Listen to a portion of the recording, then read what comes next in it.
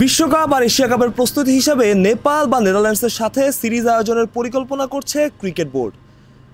নেদারল্যান্ডসকে একপাশে রেখে আমি যদি বলি নেপালের সাথে বাংলাদেশের আগেই খেলা উচিত ছিল বা নিয়মিত খেলা উচিত, তাহলে কি আপনি আমাকে ভুল বলবেন? সেটা আপনি বলতেই পারেন, তবে আমার যুক্তিটা ভিন্ন জায়গাতে। নেপালের সাথে বাংলাদেশের আগেই খেলা উচিত ছিল। ক্রিকেটে নেপাল উঠতি একটা দেশ, প্রচুর ক্রিকেটের ক্রেজ সেখানে। আপনারা হয়তো সোশ্যাল মিডিয়াতে বিভিন্ন ভিডিও দেখেছেন, বিভিন্ন ক্লিপ আপনাদের সামনে এসেছে, যেখানে আপনারা দেখেছেন নেপালিরা গাছে উঠে, বিল্ডিংয়ের ছাদে উঠে এবং রিস্কি জায়গায় বসে খেলা দেখছে, কারণ তারা মাঠে টিকিট পায়নি। এবং এমন সব খেলা দেখা যাচ্ছে, ওমানের সাথে নেপাল খেলছে, সেখানেও মাঠ ভর্তি দর্শক। কুয়েতের সাথে নেপাল খেলছে, সেখানেও মাঠ ভর্তি দর্শক, একটা সিটও খালি নাই। সেই নেপালের সাথে বাংলাদেশের আগেই খেলা উচিত ছিল। শুধু বাংলাদেশ না, দক্ষিণ এশিয়ার সবগুলো দেশ, পাকিস্তান, ইন্ডিয়া, শ্রীলঙ্কা, আফগানিস্তান, সবারই নেপালকে সাহায্য করা উচিত ছিল। কিন্তু সেই সাহায্যটা নেপাল পায়নি, যেমন অন্য দেশগুলো পেয়েছে, যেমন আফগানিস্তান পেয়েছে। ইভেন উঠতি সময় 2000 সালের পর থেকে যেখানে বাংলাদেশ পেয়েছে, বাংলাদেশ তখন ট্রাইনেশন সিরিজ খেলেছে 5-6 বছরের মধ্যে টেস্ট স্ট্যাটাস পাওয়ার পর। সেখানে প্রতিপক্ষ ছিল অস্ট্রেলিয়া, ইংল্যান্ড। আপনারা কার্ডিফের সেই আশরাফুলের সেঞ্চুরির কথা মনে করতে পারেন। কিংবা তার আগে অস্ট্রেলিয়ার সাথে বাংলাদেশ খেলেছে, বড় বড় দলগুলোর সাথে বাংলাদেশ খেলেছে। ভারতের সাথে বাংলাদেশ প্রথম তাদের টেস্টের ডেবিউ ম্যাচ খেলেছে। সেই সাহায্যটা বাংলাদেশ ক্রিকেট বোর্ড খুব ভালোভাবেই পেয়েছে, বা বাংলাদেশ ক্রিকেট সেই সময় খুব ভালোভাবেই পেয়েছে। আমি কয়েক বছর আগে, 1 বা 2 বছর আগে নেপালের প্রেসিডেন্টের সম্ভবত একটা ইন্টারভিউ দেখছিলাম, সেখানে তিনি বলছিলেন যে বাংলাদেশ কেন আমাদের সাথে খেলে না।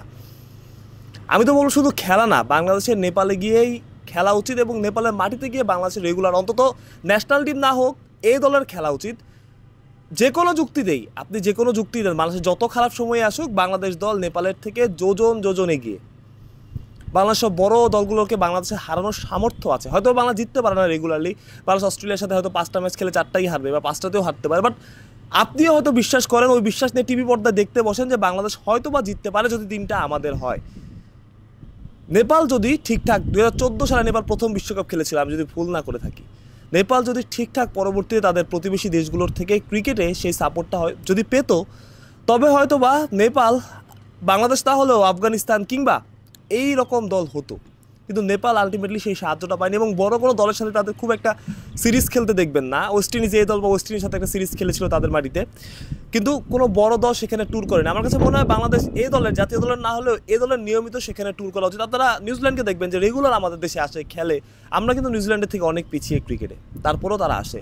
ভারত আমাদের সাথে প্রচুর ম্যাচ খেলেছে একটা সময়, পাকিস্তান খেলেছে, অন্য দলগুলো আমন্ত্রণ জানিয়েছে, কারণ আইসিসি থেকেই হয়তো বা ওই ব্যাপারটা ছিল যে টেস্ট স্ট্যাটাস দেওয়ার পেছনেও একটা বড় ব্যাপার ছিল যে বাংলাদেশ ক্রিকেটের ক্রেজটা, নেপালের ক্রিকেটের ক্রেজটাও চাইলে আইসিসি কাজে লাগাতে পারে, দক্ষিণ এশিয়া কাজে লাগাতে পারে বাংলাদেশ। ধরুন বাংলাদেশ নেপালে গিয়ে ক্রিকেট খেলতো, নেপালে গিয়ে 3 ম্যাচে একটা সিরিজ খেললো, এবং হলফ করে বলতে পারি যে টিকেটের জন্য হাহাকার পড়ে যাবে নেপালে।